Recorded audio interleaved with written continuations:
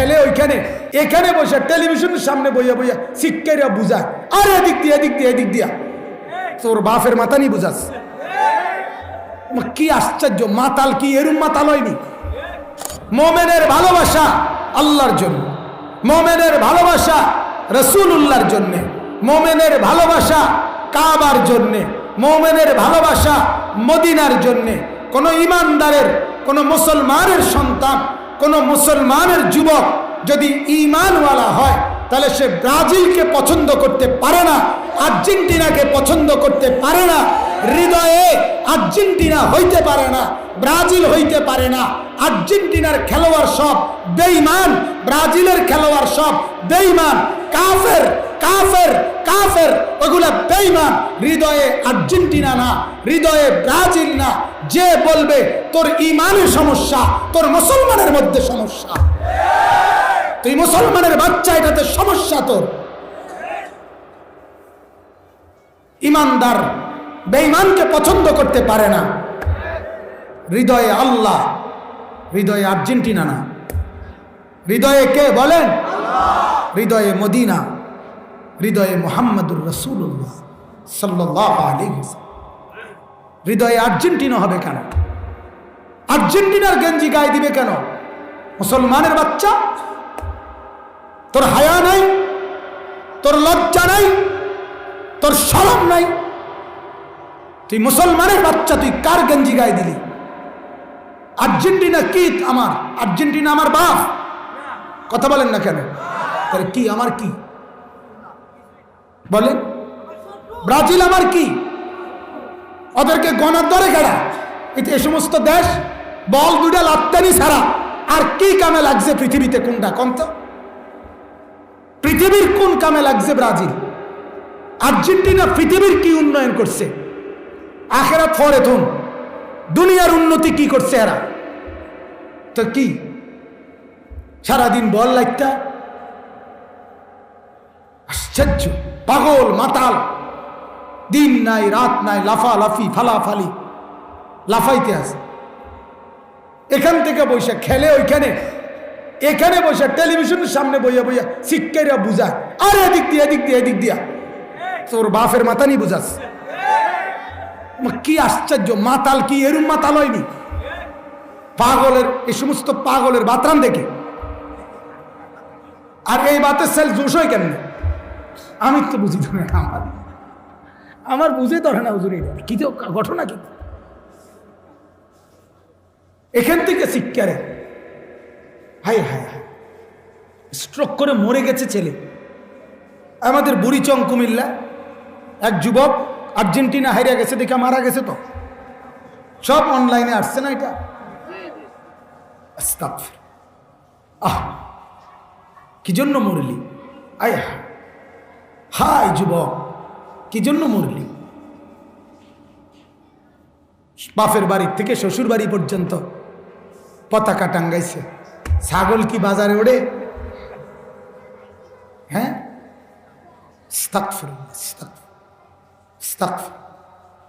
কত অসহায় বঞ্চিত মানুষ এক টুকরো খাবারের জন্য হাত পাততেছে। আর সেখানে এই বিলাসিতার কি অর্থ আছে? এটার মধ্যে ন্যূনতম কোনো যুক্তি আসেনি। কোন দুনিয়ার লাইনেও তো কোনো যুক্তি নেই। দুনিয়ার লাইনে দুনিয়াবি কোনো উন্নতিও তো এটার মধ্যে নাই, আখেরাত তো নাই। আল্লাহ আমাদেরকে বুঝ দান করে। এজন্য বাপ আল্লাহ তাআলা নিজে বলছে, যারা ঈমানদার তাদের সবচেয়ে বেশি ভালোবাসা কার জন্যে? আবার আল্লাহ বলেন, ইন আউলিয়াউহু ইল্লাল মুত্তাকুন। রব্বুল আলামিন বলেন, আল্লাহর বন্ধু, রব্বুল আলামিনের বন্ধু যারা মুত্তাকি তারা। সুবহানাল্লাহ, মুত্তাকি ঈমানদার মাত্রই মুত্তাকি। ঈমানদার গুনাহ করতে পারে না, ঈমানদার তাকওয়ার খেলাফ করতে পারে না। এজন্য আল্লাহ বলেন, ঈমানদারের বন্ধু আল্লাহ, আল্লাহর বন্ধু ঈমানদার। এজন্য তাফসীরে লিখছে, ইয়া আইয়ুহাল্লাযীনা আমানু, এই শব্দের এটাও একটা অর্থ, হে আমার বন্ধুগণ। আল্লাহ যাকে বন্ধু বলছে তার এর চাইতে বেশি খুশি হওয়ার বস্তু আর কি হইতে পারে? যদি দিল থাকতো, যদি দিল থাকতো, আসলে বাস্তবতা এটা, যদি দিল থাকতো আমরা খুশিতে পাগল হয়ে যেতাম। আমি নাকি আল্লাহর বন্ধু, আমার বন্ধু আল্লাহ, এর চাইতে বড় তৃপ্তি, এর চাইতে বেশি খুশি আর হওয়ার কিছু ছিল না। কিন্তু দুর্ভাগা নসিব আমাদের দিল ওইরকম আমরা নাই, যার কারণে আল্লাহ তাআলার ধ্যান মহব্বত আমাদের কলিজায় উপলব্ধি হয়।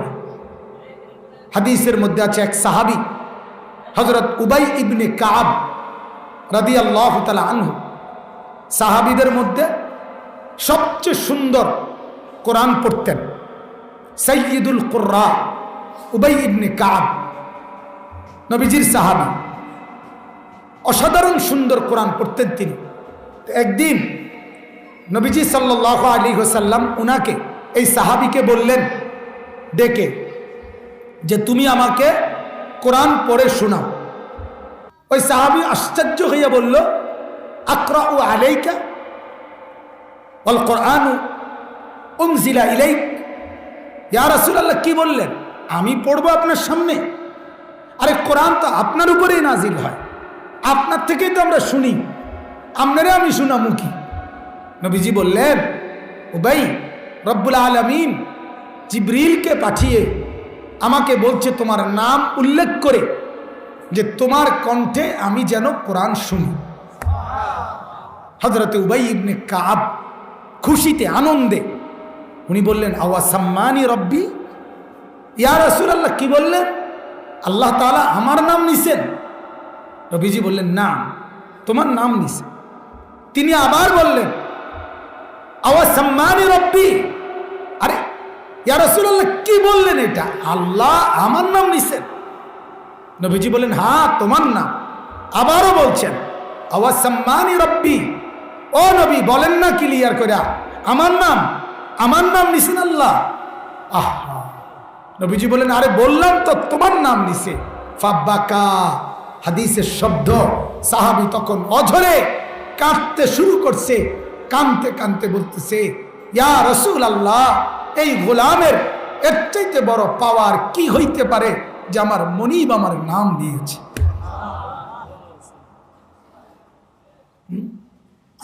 এর চাইতে বড় চাওয়া পাওয়ার কি? আল্লাহ আমার নাম দিয়েছে, আল্লাহ আমার নাম দিয়েছে। তো ঠিক এরকম, ইয়া আইয়ুহাল্লাযীনা আমানু, এটা বলে রব্বুল আলামিন আমার ঈমান গ্রহণ করে আমাকে মাওলার বন্ধু বলে ডাক দিয়েছে। এর চাইতে বড় পাওয়া আমার কি হইতে পারে? যদি বুঝতাম, বুঝি না যে, এজন্য কদর করি না, আল্লাহকেও চিনি না, আখিরাতকেও বুঝি না, যার কারণে মোটেই কদর করি না। লাউ কানু ইয়ালামুন, আল্লাহ তাআলা বলছেন যদি বুঝতা। আরে বান্দা, যদি বুঝতা, আমা হাদিহিল হায়াতুদ দুনিয়া ইল্লা লাহবুম ওয়া লাইব। আল্লাহ বলছে, বিশ্বাস করো বান্দা, এটা আমি বানাইছি, এটা আমি বানাইছি। এই কাপড় যিনি লাগাইছে সে যদি বলে এটা 2 নম্বর, আপনি যদি মাথা ফাটটাও কর না এটা 1 নম্বর, তো এটা ঠিক হবে নি? বানানোওয়ালা বলে এটা 2 নম্বর, আপনি কইতে আছেন এটা 1 নম্বর, এটা একটা গাছ জোরের কথা হলো। তো আল্লাহ নিজে বলে, বান্দা বিশ্বাস করো, দুনিয়া আমি বানাইছি, আসমান জমিনের মাঝের এগুলো আমি বানাইছি, চন্দ্র সূর্য গ্রহ নক্ষত্র, এই মাটি পানি ফল ফসল, এই দুনিয়া আমি সাজাইছি, আমি বানাইছি। আর এটা আমি বলতেছি লাহবুম ওয়া লাইব, এটা তামাশা, এটা খেলাধুলা, এটা একেবারেই কিচ্ছু না, এটা খেলনা, এটা খেলনা, খেলনা। ওয়া ইন্নাদ দারাল আখিরাতা লাহিয়াল হায়াওয়ান, আখিরাতের ঘর জান্নাত পরকাল, সেটাই মূলত জীবন, সেটাই আসল। লাউ কানু ইয়ালামুন, যদি বুঝতা আসল ওইটা, এটা খেলনা। আহা দুর্ভাগা মুসলমান, আমিও আপনিও খেলনাকেই আমরা আসল মনে করে আসলকে ফেলে দিলাম। আপনি আমি বুঝে নিলাম খেলনাই যথেষ্ট, খেলনাই সার। আমার বাড়ি হলেই চলবে, আমার নারী হলেই চলবে, আমার একটা গাড়ি হলেই চলবে, আমার একটা কোনো রকম বিল্ডিং হলেই চলবে। আমি আর এই টাইলস কান লাগাইতে আর হুজুর আর কোনো টেনশন নেই, আর শুধু এই টাইলসটা বাকি, আর এক কষ্ট হুজুর দোয়া করে নেই, আর শেষ বাজারে একখান বিট যদি খোদা কোনো রকম দয়া করে কিনতারি, আর কোনো দুঃখ নেই, আর কোনো টেনশন না, আর কোনো টেনশন নাই। ওনার গদ দুয়ার, 3 ছেলে বিদেশ, 4 মাইয়া বিয়ে দিয়ে লাইছে, বাইক বিল্ডিং করছে, বিট কিনছে বাজারে, ব্যাংকে টাকা জমছে, আল্লাহর রহমতে আর কোনো টেনশন নাই। এই জন্য চা দোকানে বসে বন খা, বিড়ি খা, চা খা, পেঁয়াজু আলুর চপ খা, আর বেডি চা, টেলিভিশন চা, ফাঁকনা ফাঁকনা গপ মারে, টেনশন নাই। হেবড়া কিরবো আর কাম তো গুছাই লাইছে, কথা বোঝেন না? দুনিয়া আসছে যে জন্য কাম তো গুছাই লাইছে, আর তো কোনো কাজ নাই আপাতত। টাইলসও লাগাই লাইছে, বদনাও কিনা লাইছে, ওনার কিরবো এবার, কিন্তু কোনো কাম না থাকলে কিরো। এই জন্য বসে বসে চা দোয়ানে সিরা বানা, ফালতু আলাপ করে। লাউ কানু ইয়ালামুন, আল্লাহ তাআলা বলেন আহা যদি বুঝতে, করলাটা কি, করলাটা কি, করলাটা কি? আমি আল্লাহ তাআলা তো এটা তোমাকে জিম্মাদারি দেই নাই বান্দা। লা নাসআলুকা রিজকা, আল্লাহ তাআলা বলে রিজিকের সহযোগিতা আমি তোমার কাছে চাই না। নাহনু নারযুকুকা, আমি রিজিক দেব। তোমার কাছে কি চাই? ওয়া'মুর আহলাকা বিসসালাহ, তোমার বিবি বাচ্চা পরিবারের সদস্যদেরকে নামাজের আদেশ করো। আল্লাহ কোরআনে বলেন এটা চাই। বিবিকে পর্দানশীল বানাও, নামাজি বানাও, চরিত্রবান বানাও, ছেলেটাকে নামাজি বানাও, মেয়েটাকে নামাজি বানাও। খোদার কসম আল্লাহ তাআলা বলে যদি চাটাইয়ের মধ্যেও দিন কাটাও, মাটির ঘরেও যদি দিন কাটাও, আর ঘরওয়ালা বিবি বাচ্চা যদি নামাজি হয়, চরিত্রবান হয়, আখলাকওয়ালা হয়, আমার জান্নাত তোমার জন্য।